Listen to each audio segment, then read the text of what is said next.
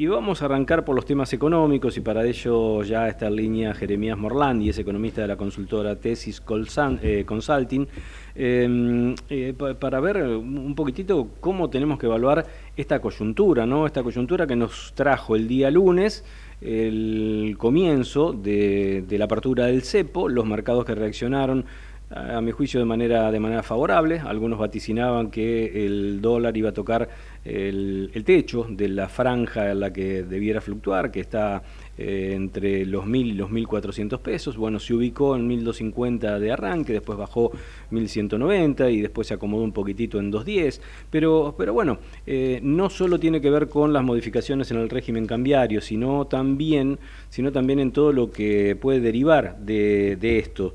Modificaciones en los precios, vamos a ver cómo puede llegar a impactar en la inflación del mes de abril. Recordemos que marzo fue 3.7, bastante más arriba que el 2.4 de febrero. Así que nos metemos en este tema. Jeremías, Darío del Arco desde Ecomedios lo saluda. ¿Cómo le va? Hola Darío, ¿qué tal? ¿Cómo estás? Buenas tardes. Gracias por atendernos. A ver, la apertura de los mercados y la reacción a lo que fue la decisión del presidente Milei de abrir el cepo, ¿la podemos considerar positiva? Siempre más libertad en lo económico es positivo.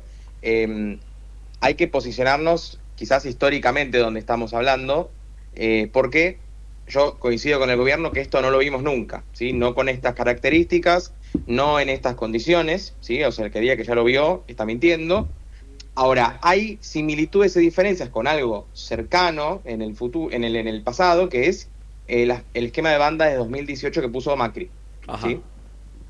Y ese esquema tenías unas bandas de 34 a 44 pesos, ¿sí? Ahora estamos en 1.400, para dimensionar el tamaño del desastre en un par de años. Y ese esquema era devaluatorio porque las bandas crecían, la de arriba y la de abajo, al 3% mensual y después de enero 2019 al 2% mensual. Para julio 2019, las bandas estaban en 44 y 56 pesos aproximadamente. El tipo de cambio estaba en 45, piso de la banda, ¿sí? Sí. Uh-huh. Y en ese momento el Banco Central podía intervenir solamente con 150 millones de dólares diarios, Uh-huh. ¿sí? Ahora puede intervenir con lo que quiera, con lo cual esa es otra diferencia. Y el esquema que se planteaba en ese momento era de emisión cero y de déficit cero. Y no había ningún tipo de financiamiento al tesoro, es decir, el Banco Central no financiaba el déficit con emisión monetaria. Pero ese esquema se puso con el esquema de bandas. Entonces, el gobierno en ese momento tenía dos desafíos, que era, por un lado, convencer al mercado de que ese esquema de bandas iba a ser respetado, pero además convencer al mercado de que efectivamente no iba a haber financiamiento del Banco Central al Tesoro, que iba a haber déficit cero y demás. Y esto en el medio de todas las internas políticas que tenía el gobierno de Mauricio Macri, con los radicales, la coalición cívica y Claro. demás. Uh-huh. Ese problema Milei no lo tiene hoy, porque ya se ganó esa credibilidad. El gobierno muestra superávit fiscal, financiero y un compromiso fuerte con la no emisión desde el día 1, incluso aunque esto signifique costos altos, como por ejemplo vetar el tema jubilatorio. Entonces, esa credibilidad no la necesita mostrar. Y otro factor más es que en ese momento teníamos pasivos remunerados, las famosas LELIQs, que recién nacían en ese momento, que eran en la continuación de las LEVAQs.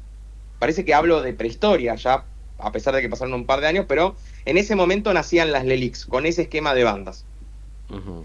Y por más que tuvieras emisión cero, tenías una expectativa de emisión futura, porque los pasivos remunerados crecían todos los meses por el efecto de la tasa de interés. Hoy eso no lo tenés.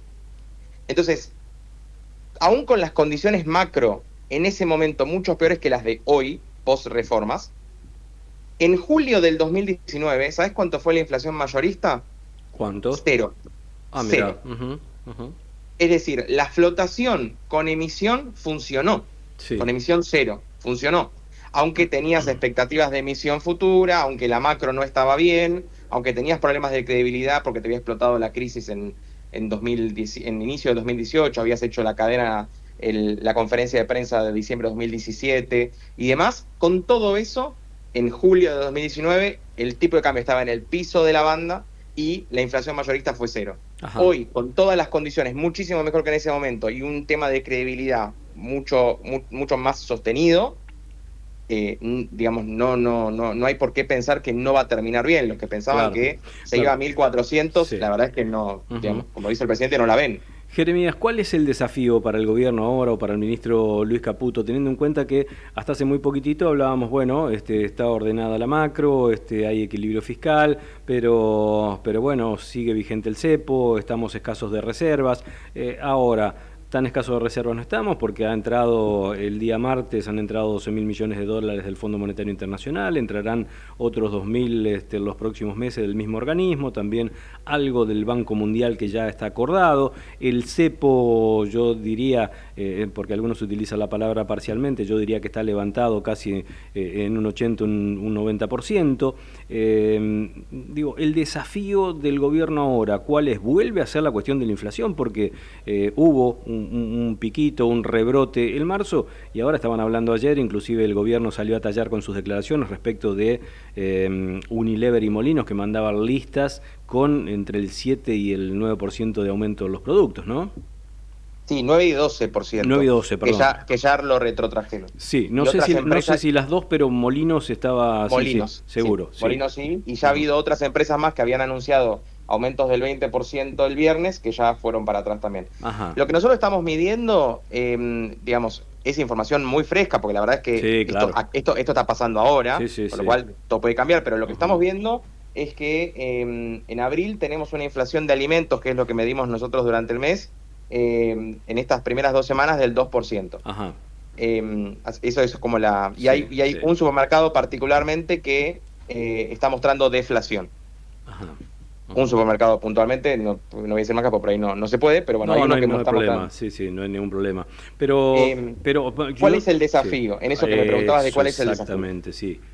El desafío, la inflación no es tanto el desafío porque este esquema de bandas tiene como fin solucionar la inflación.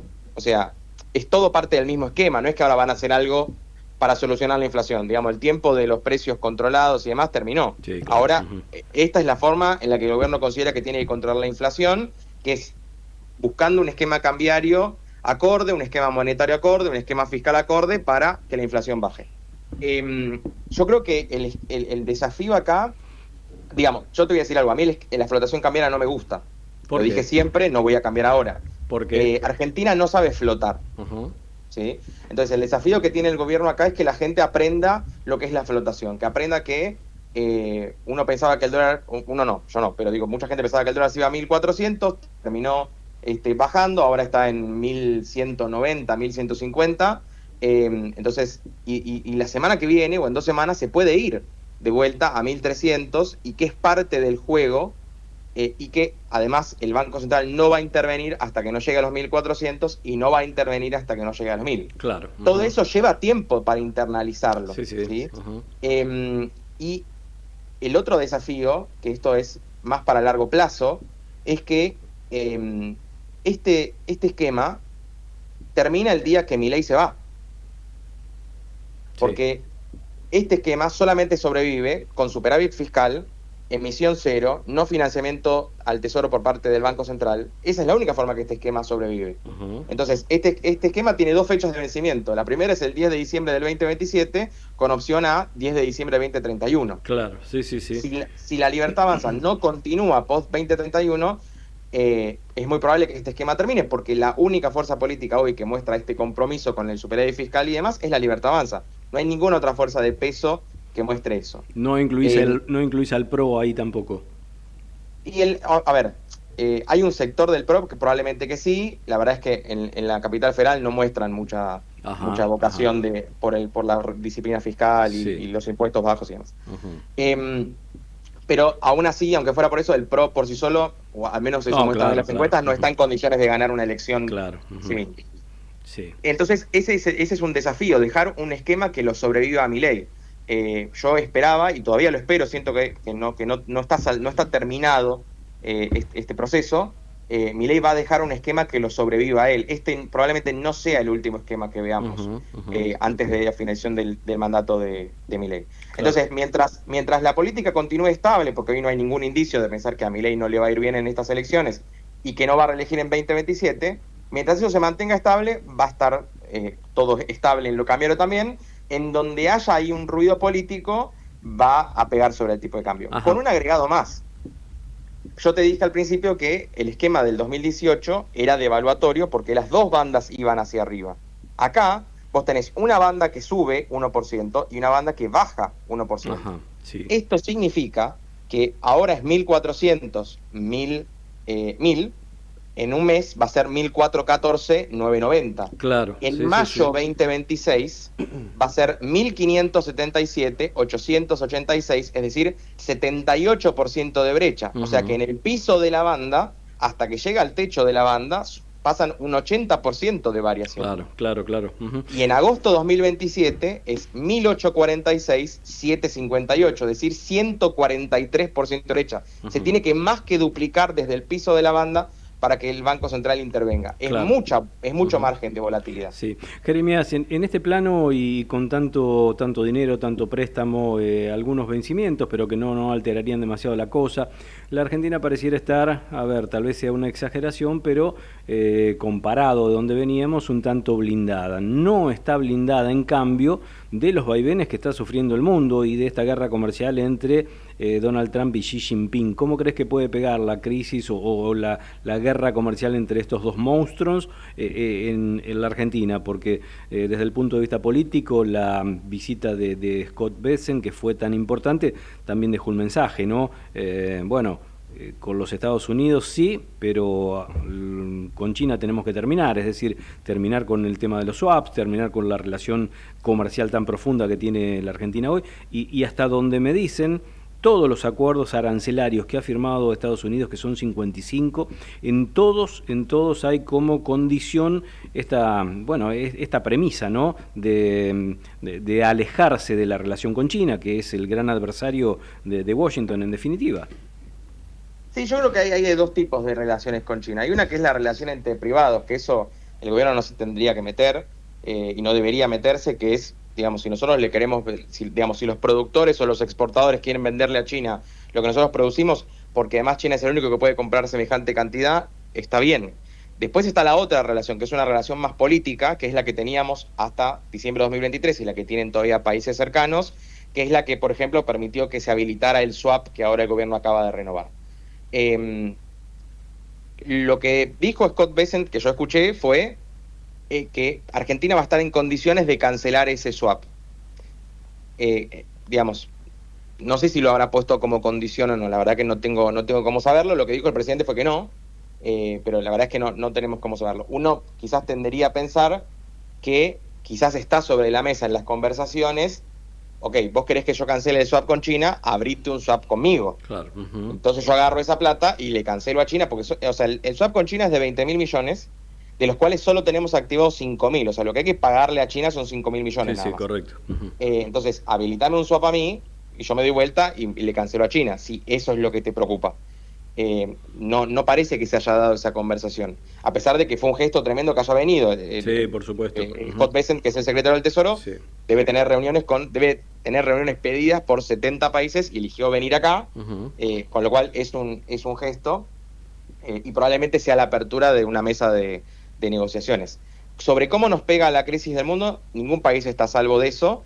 Mientras más ordenados estemos nosotros acá, más fácil va a ser para nosotros hacerle frente a cualquier vaivén que venga de afuera.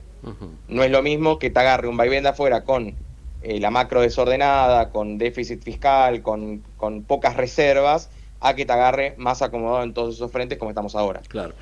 Igual ningún país es inmune a eso.